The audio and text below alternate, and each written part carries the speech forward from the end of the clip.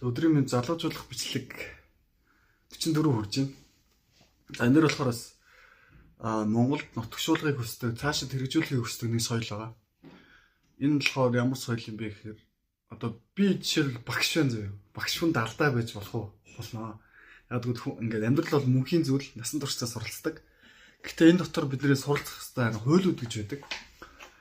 Тэгээд ер нь бол одоо миний зааж байгаа хуйлуудыг ингээд суралцахын тулд зарим утгаараа бол зарим хүнд нарийн нэг бүтэн нэг насанд ч хүрэхгүй байхгүй. Ингээд оюун бодлоо эзэмшиж сурах, эзэмдэж сурах, бие махбодтой уйд сурах, амьдралыг бодитоор дүгнэж сурах гэдэг одоо 3 дахь засгийн чадвар шүү дээ. Энийг яг зарим хүн насаараа сурахгүй. Ерөөсө заагаад сурахгүй, өглөөс сурахгүй ингээд нэг тийм юм байдаг. Тэгэхээр энэ зөрөөгөө адилга болгохын тулд бид нар өөрсдөөсөө дотроосоо өдөр ханнуудаа нурааж өөрчлөх хэрэгтэй. Тэгэхгүй бол дэлхийн мундаг багш байсан ч гэсэн тэрийг нурааж чадахгүй. Тэгээд жишээлбэл одоо би багш хүн байлаа гэж бодоход одоо ингээд гаргасан алдаанууд дээрээсээ суралцсан зүйлийнхаа тухай ингээд ярих гэж хичээн заяа жишээлбэл. Тэнгуү тэн дээр ингээд үзэл болгоод авчдаг.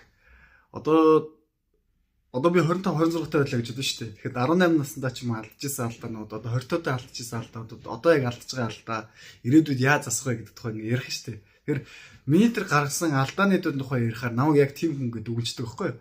Гэтэ яг тэр үед яг юу мэдэрч ирсэн, юу бодож ирсэн, ямар үр дүнд хүрсэн бэ гэдгийг би магадгүй өөрөө мэднэ. За эсвэл заримдаа би өөрөө ч тэндээс төгс ухаарлаа аваагүй гэж магадгүй. Тэгэхээр ингээд ийм би өөрөө ч бараг сайн мэддэггүй зүйлсийг миний оронд яг би юм шиг ингээд дүгндэг хүмүүс байдаг байхгүй. Жишээлбэл хайр дурлал дээр гаргаж ирсэн алдаануудаа ингээд хэлж байгаа. Одоо жишээлбэл тэгэхээр тэр нь одоо би жишээлбэл эмгтөөний хүндлэхөө гэсэн үг биш. Одоо үзэн яддаг гэсэн үг биш. Зүгээр тийм алдаа гаргасан чинь ийм зүйлийг ингээд суралцлаа. Гэтэ одоо энэ алдаа гэдэг чинь давтахгүй гэдэг санаагаар ингээд хэлэнгууд ингээд тэр жишээн дээр наваа ингээд дүгнждэг ч юм уу те. За энэ хүн ийм хүн юм байна да гэдэг дүгндэг ч юм. За ингээд хайр дурлал гэлтгүй шүү дээ. Ер нь ингээд олон жишээнүүд дээр ингээд жишээ аваад хэлэнгууд тэн дээрээс ингээд намайг шууд дүгнэх гээд идэг тийм хандлага хүнд их байдаг. Тэгэхээр энэ хандлагын хүн ер нь хизээ болж юм бэ гэхээр нэг бол их олон зовлон үзсэн хүн бас тэгж хүнийг өнгөн дүгнэлт хийдэг байхгүй. За би ингэж бодож байгаа ч гэсэн миний бодож байгаа зүйл зөв байна уу буруу байна уу гэж бодож үздэг тийм хэрсэн хүмүүс байдаг.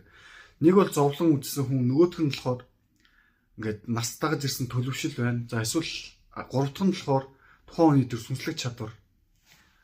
Одоо энэ тийм бодлын орон зай бодит байдал хоёрын ялгааг маш сайн таньсан хүн байвал ингэж өнгөн дүгнэлт хийхэ болчдөг байхгүй. Монголд бол өнгөн дүгнэлтүүдийг аягүй хийдэг. Тэгээд ховж аягүй хийдэг. Ховжвч ер нь бол аягүй юм бэхэр 100% үнэн зүйл биш. Зүгээр л юм үзэл бодол байдаг байхгүй. Тухайн цаг үеийн үнэн үзэл бодол байна. Гэтэ энэ үзэл бодлоо сорилгодож болдсон шүү дээ. Жишээлбэл би та нар зөндөө авч жишээ авч хэлж байсан те. Баян хүн сайн хүн, ядуу хүн муу хүн ингээд эсвэл баян хүн муу хүн, ядуу хүн сайн хүн гэх энэ бол дандаа үзэл бодол байхгүй. Эмхтэй хүн ийм байдаг, эрэгтэй хүн ийм байдаг гэдэг болохоор энэ яг тийм байх ёстой гэсэн үг биш. Зүгээр зарим нэг хууль байна. Жишээлбэл эрэгтэй хүн хэрвээ ингээ эрэгтэй хүүсэнд байгаа бол бүтээлж байх хэрэгтэй. Тодорхой хэмжээний тогтсон ноён нуруу гэж зүйлтэй ингээд байх хэрэгтэй гэж яривал яг үнний ортой зүйл мөн. Гэхдээ яг тэр нэг ноён нуруу гэдэг зүйл нь яаж илэрх юм бэ гэхдээ ч хэмчлээ ингээд цаашаа ингээ ухаад зүйл юм чинь сонир бохгүй. Одоо жишээл зүгээр ингээ компьютер тоглолт бацаа ирнэ айгүй ухаалаг хүн байж болно. Гэхдээ гаднаад гэж харагдахгүй ч болно. Хэмтчлэн. Тэг яг ингээд бид нар ингээд аливаа зүйлийг яг хуулийн хүрээнд юм уу гацаагүй байдлын хүрээнд дүгнэхээс илүүтэй өнгөн байдлаар аяг их дүгндэг. Тийм болохоор ч гэсэн одоо ингээд эмгтэй эрэгтэй хүний тухай ч юм уу ингээд янзаар компьютерыг муулдаг шүү дээ. Ийм болсон байна, тийм болсон байна гэх. Эсвэл тэн дээрээс бас өөрсдөө танд сонголтоо хийдэг байхгүй амьдралаа. Одоо жишээлбэл хосоо сонгохдоо ч юм уу гэр бүл төлөвлөхтэй ч юм уу юу гэж сонгодог вэ гэхээр харин хэлсэн шүү дээ. Зүрх сэтгэл бие махбод мэрэгжил сонгохдоо ч тэр амьдралын сонголтууд дээр зүрх сэтгэлээ чи эзэмсэн нь бодол оюун санаа гэж бүрэн эзэмсэн тэр сүнслэг тэг хүчийнхэн хүсэл гэдэг зүйл дээр сонгох мэдээж яг орчин нөхцөл дээр байхгүй. Хоёрдугаар цаг зүй нэхгүй байна. Гэтэ ийм байгуул эн чинь жоохон эмгэлтэй энийг солихгдсон шүү дээ. Тэгэхээр хос сонгохдоо ч яа сонгодог вэ гэхээр нас яваад ийна. Тэ махан би нас яваад ийна. Би өрөддөө мөлдөг чадвар алдах гээд ийна. Тийм болохоор би хос сонгоё гэдэг байхгүй. Өрөд мөлдөг чадвар гэдэг зүйл яг хос сонгох шалтгаан туйлын хүний шалтгаан мөн үү гэвэл бас үгүй байхгүй. Хэрвээ яг та нар олон зүйлийн ханны цанаар төрөл бас тийм биш. Хүн үр удмын үлдэх чадвар гэдэг зүйл маш өндөр хэмжээнд үргэлжлэх нь боломжтой байдаг. За энэ бол боломж онл шүү. За энийг заавал би өмнө гэж тотлохгүй. Хоёрдугаар болохоор мэрэгжил ч юм уу сонгохдоо ингээд юу яадаг. Бүх зүрх сэтгэл оюун ухааны эзэндээ тэр зүйлээ хийхдээ зовлон жаргалыг бүгдийг дааж чадах ус тийм дуртай зүйл чинь мөн үү гэхээр заримдаа тийм биш байдаг байхгүй зүгээр л эдийн засагч гэмэрч сонгочдөг. Хөлж гэмэрч сонгочдөг. Тэр цаана яг юу байгаа юм. Тэр мэрэгжлийг дагж ирдэг зовлон нь бас юу юм бэ гэдгийг ойлгох бол зөвхөн жаргалыг харуул зовлонгийн даахгүй шүү дээ. Одоо жишээл эдийн засагч байхын тулд эсвэл жинхэнэ сайн нэгтлэн байхын тулд энэ дэлхийн ингээд хорвоо ертөнцийг дүгнэхийн тулд одоо би бол өөрөө жишээл эдийн засагч биш шүү дээ. Гэтэ хүмүүсийн бизнес суралцж ирсэн одоо энергийн бас тодорхой хэмжээний багш тийм үү. Яг энгийн хүнийг бодвол тодорхой хэмжээний мэдлэгтэй. Тэр эдийн засагч хүн гэж ямар хүнийг хэлэх юм бэ гэхээр тэр тухайн эдийн засгийн олон тоо томшгүй олон тэр үйл явцыг процессыг судлаад тэн дээр ингээд тодорхой хэмжээний ингээд тэр зүй тогтол барьж яваад гэтээ тэр зүй тогтол барьж явахын тулд зөндөө олон судалгаа шинжилгээ шаардлагдан. Зөндөө олон судалгаа шинжилгээ хийгээд залтмаар үйлдэлүүд хийгээд тэндээс тодорхой хэмжээний нэг юм зүй тогтол барьж аваад тэр зүй тогтлоороо тэг ингээд сайн компани, муу компани олон зүйлсийг дүгнээд тэр дүгнсэн дүгнэлт дээрээ дамжуулж юм тэг сонголт зөв сонголт хийж чаддаг болсон хэлдэг байхгүй. Тийм хэмжээнд болохын тулд үнэхээр их зовно. Тийм хог новш боллоо зовно. Сошиал инфлюенсер ч гэсэн ягдаг зовх хэрэгтэй. Тэгэхээр бид яг одоо танарт хэлдэг шүү дээ. Та нар яг энэ дасгалыг яг над шиг заах гэж болохын тулд жоохон тодорхой хэмжээний шаардлага гарна. Эсвэл яг камерны цаан суухын тулд тодорхой хэмжээний зовлон зарах шаардлага гарна. Яг гэвэл энэ дээр чинь туусан үдсэн зүйл гэж байна. Тэг ингээд зовлонгууд гэж байна. Зарцуулсан мөнгө гэж байна. Цаг зав гэж байна. Золиосууд байна. Тэг золиосууд гаргасан хэмжээд энэ ингээд ирж штэ.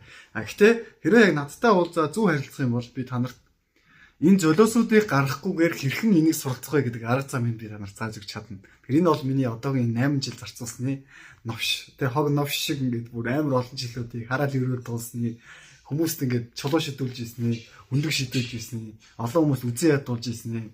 Тэг ингээд тэг гадаа хоногч үзснэ, даарж үзснэ, мөнгөтэй мөнгөгүй байж үзснэ. Тэг энэ сонгоцтой би тийм энэ миний сонголтуудын үр дүнд тийм ингээд зовлонгууд надад ирэхийг би мэдчихсэн байж тарах нь шүү дээ. Тэгээ тэгэн барин явсны хэрэгцээнд би яг юу мэдсэн бэ гэхээр энэ зовлон туулахгүйгээр энийг яаж мэдэх вэ гэдгийн арга барил замыг ингээд бариад авсан бохгүй тодорхой хэмжээнд. Тэгээс хэрэг л заана. Тэрээс одоо яг би нэг тийм төгс хүн болсон болохоор заадаг биш. Гэтэ арга барил заасан бол арга барил хуулийг бол ингээд цагаа товчлоос оролцох хэрэгтэй гэсэн үг шүү дээ. Тэгвэл тэн дээр ингээд хүмүүс зарим эд шид хүлээдэг. Гэтэ яг зарим нэг сайн шавнар мэдээж байгаа. Тасралтгүй хичээгээ явж байгаа шавнар байгаа. Гэтэ дунд нь асуудал үүсэж байгаа. Багшаа ийм асуудал үүсээ яг хөө гот наас судал чи энэс бол ингэж үүсдэг юм аа. Энд дээрээс ингийн юм дүгнэлтүүд гарнаа гэдэг ингээд прогноз хийгээд дүгнэлт хийгээд өгчнө гэсэн үг шүү дээ. Одоо яг энэ чи яг энд сууж байгаагийн үр дүн тэр ихгүй. Тэгээд өмнөх бичлэгүүд дээр хэлдэг шиг сэтгэлийг иргэшээх гэж үг хэлдэг. Яг жинхэнэ яг төгс ойлголт нь яг юу юм? Гэтэ буруу ойлголт нь юу юм? Дутуу бодохоор юу гэж тэрийг боддгийг ингээд олон зүйлүүд хэлсэн шүү дээ. Тэр сэтгэл иргэшээсэн хүн бол цаг хугацаа орон зай бүгдийг иргэшээн. Тэгээ сэтгэлийг иргэшээсэн бол шид юуны холбоо гэж. Дулдалтын занзаар авчиг үг гэдэг. Тэгээ би бас өмнө танарт хэлжсэн. Би дулдалтын занзаар авчаа надтай хэрвээ нэг цаг үед амьдэрчсэн бол би багшаа гэж нэгт бодохгүй, найзаар гэж бодно. Би бол багш гэж боддог хоёр хүн байгаа. Нэг нь бол Чэнийг би багшаа гэж боддог. Киномтой уулзж байгааг болохоор би багшаа гэж нэг боддог гэхдээ яг хүндэлдэг. Хэрвээ би ном судалдаг гэж үзвэл би Библи судалдаг учраас би Христийг багшаа гэж үзнэ. Тэрээс биш буддаг бол зүгээр миний тэг өмнө насанд тусалж исэн найзлах гэж боддог болохоос одоо энэ цаг үеийн миний яг том багш гэж бас боддгоо. Тэгээд би бас өмнө хэлжсэн шүү дээ. Урт наслууд төсөмд та нар хэрвээ энэ номыг уншижсэн бол баян хүн ч байна, ядуу хүн ч байна. Европ хүн ч байна. Гэхдээ Европ бол бас их байдаг. Одоо ер нь урт наслууд төсөм та нар очиод үзвэл одоо Петр Левин, Петр Келдер гэдгээс гадна ер нь Европууд их байдаг болсон байхгүй сүүлийн үед. Төв рүү тэр төвдийн тэр үгээр дамжиж хиттаар дамжиж төв рүү очдог ихтэй болсон тий. Тиймэрхүү маш урт настай, том мөнгөтэй тийм баячууд их байдаг. Тийм. Тэгээд ер нь бол тэн дотор бас христийн шин үзэлтэй хүмүүс их байдаг. Буддийн шинтэй хүмүүс ч гэсэн ер нь бол байдаг л да. Тулгааны урлагийн мастер, компугийн мастер ч юм уу тий. Гэтэ тэд нар ерөөсөө хин ч нэгэ та нар шиг тэнийг юм шиг ч юм уу христ, ч юм уу буддаа гэж хэлдэг байхгүй. Тэгээд дээрээс нь сонголттой. Та яг аль төрөлөөр нь яаж суралцах вэ гэвэл надад үнэхээр ингээд би буддийн шинэ том лам байж байгаа тэрийг өвхөд үзсэн бол надад буддийн шин сонь зүйл биш байхгүй. Юу сонирм бэ гэхээр христийн шин сонь зүйл мөн.